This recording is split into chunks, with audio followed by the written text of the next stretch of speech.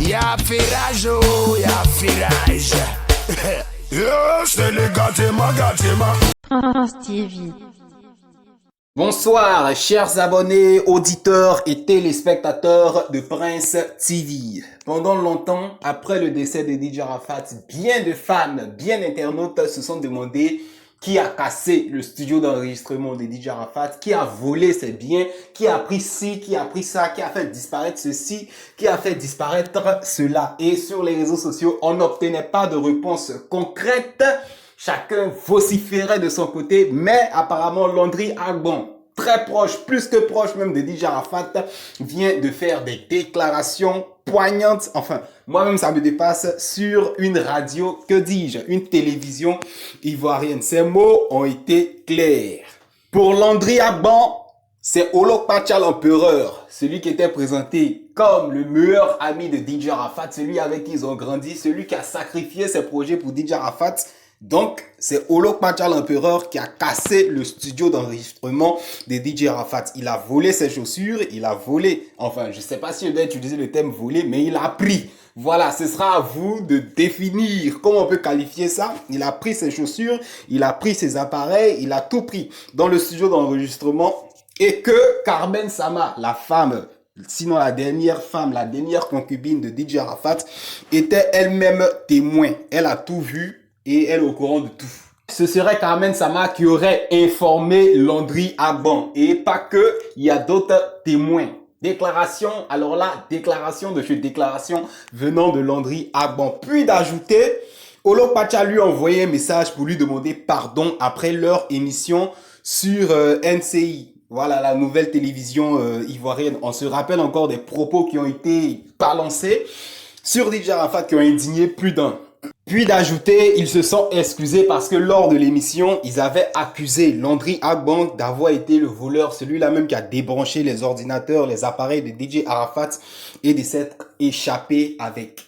Pire encore, ils ont déclaré que en débranchant les ordinateurs d'Arafat, il y a des projets musicaux inédits qui sont disparus. Donc si on ne retrouve pas certaines œuvres de DJ Arafat, qui était pourtant prévu devenir des hits, c'était la faute de Landry Agban, ce qui n'est pas le cas. Et derrière les caméras, ils sont venus lui demander pardon. Puis d'ajouter, venant de la bouche de Landry Agban, qu'il envoyait le message d'excuse que Olokpacha lui avait envoyé à Moulukoukou DJ, parce que c'est Moulukoukou qui est l'animateur, le présentateur de l'émission, où ils sont allés salir son nom.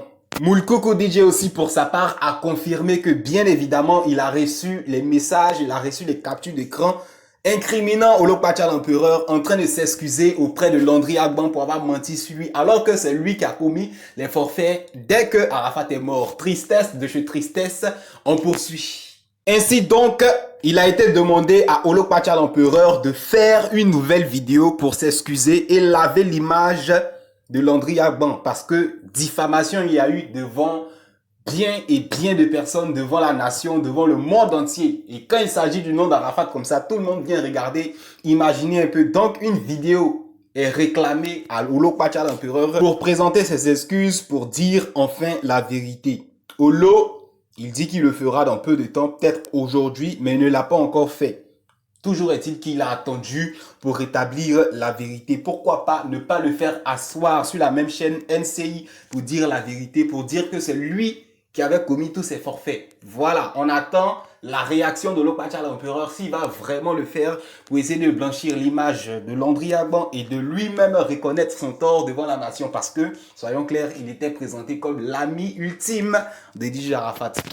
Pour ce qui est des voitures de DJ Arafat, on se rappelle que Youyou Toit Rouge, manager du Yoruba, avait déclaré que les voitures ne lui appartenaient pas, sinon qu'il n'avait pas fini de payer, qu'après sa mort, les voitures sont retournées au propriétaire. Landry Agban a tenu à mentionner que les voitures appartenaient bien et belles à DJ Arafat et que Yoruba n'aimait pas la honte. Donc, voilà, les voitures étaient bien à lui. Il avait même des terrains. Il était en train de nourrir le projet de construction. Et que la maison qu'il louait, enfin, dans laquelle il était au groupement 4000, était simplement une location et il n'avait pas connaissance d'achat, pas achat. En tout cas, trop de choses. Les révélations de chez Révélations sont en train de sortir. Donc, aujourd'hui, on sait qui à aller casser le studio d'enregistrement de DJ Arafat. En vérité, c'est Oulouk Bacha l'empereur. Déclaration de Landry Agban et preuve de chez preuve, il envoie des messages pour demander pardon parce qu'il avait accusé Landry Agban. Donc, on sait maintenant que de chercher plus sur les réseaux sociaux qui a fait ci, qui a fait ça. Il avait seulement déclaré avoir pris le téléphone et l'avoir cassé, mais c'est pas que le téléphone. Il a cassé le studio d'enregistrement, il a pris les appareils, pris les chaussures, pris les habits. Oulouk Bacha l'empereur. À partir de désormais, on sait que c'est lui. On attend sa réaction où il va demander pardon parce que franchement, venir salir Landry Agban comme ça, franchement, moi-même, ça me dépasse. Oulouk Bacha l'empereur. Bon. TV. Petite information en bonus, on se rappelle qu'au lendemain de la commémoration de l'an 2 de la disparition de l'icône du coupé décalé DJ Arafat, on a vu une femme sur les réseaux sociaux qui pleurait, qui était en larmes, qui se demandait comment elle allait payer son loyer, comment elle allait payer ses employés parce que la Chine populaire, même si on veut nous faire croire que c'est des brigands qui sont venus, mais c'est tout ça la Chine, c'est les fanatiques, ils étaient en tas. Ils ont cassé le magasin, ils ont volé, ils ont commis des forfaits, ça et là, malheureusement. Elle pleurait sur les réseaux sociaux. Au point même de déclarer, ce n'est pas moi qui ai tué DJ Arafat, au point où vous venez sur moi vous venger, trop de choses. Ça a été triste de voir sur les réseaux sociaux certaines personnes soutenir les braqueurs, on va dire, les agresseurs, les malfaiteurs, comme quoi c'est le jour de DJ Arafat, tout le monde doit être fermé, tout doit être fermé pour ne pas qu'il y ait des forfaits, mais bon, malheureusement, c'est arrivé, la dame, elle était effondrée sur les réseaux sociaux. Et apparemment, on apprend il y a quelques heures seulement que Badro Escobar a décidé de rembourser, sinon de porter son soutien à la dame. Il va l'aider à remettre sur pied son magasin, à payer un tant soit peu ses employés, payer son loyer. En tout cas, il a décidé de réparer les défauts, sinon les forfaits qu'ont commis la Chine populaire. Donc, on attend que les choses s'actent concrètement. On attend que Badro Escobar, parce que c'est pas la première fois, quand il dit il fait vraiment son soutien pour Arafat, je sais plus. C'est un autre level. On attend de voir concrètement et on espère que dans les prochaines éditions de la commémoration de DJ Arafat, il n'y aura plus ce genre de truc. Voilà. Tu peux être fan d'Arafat, mais le jour de sa commémoration, si tu es microbe, si tu es braqueur, si tu es voleur, faut laisser ça chez toi.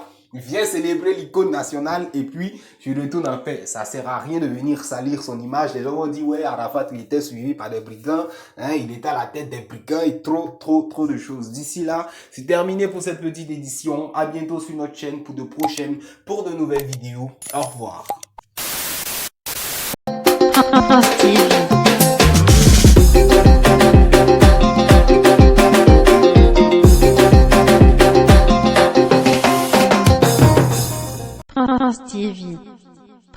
TV.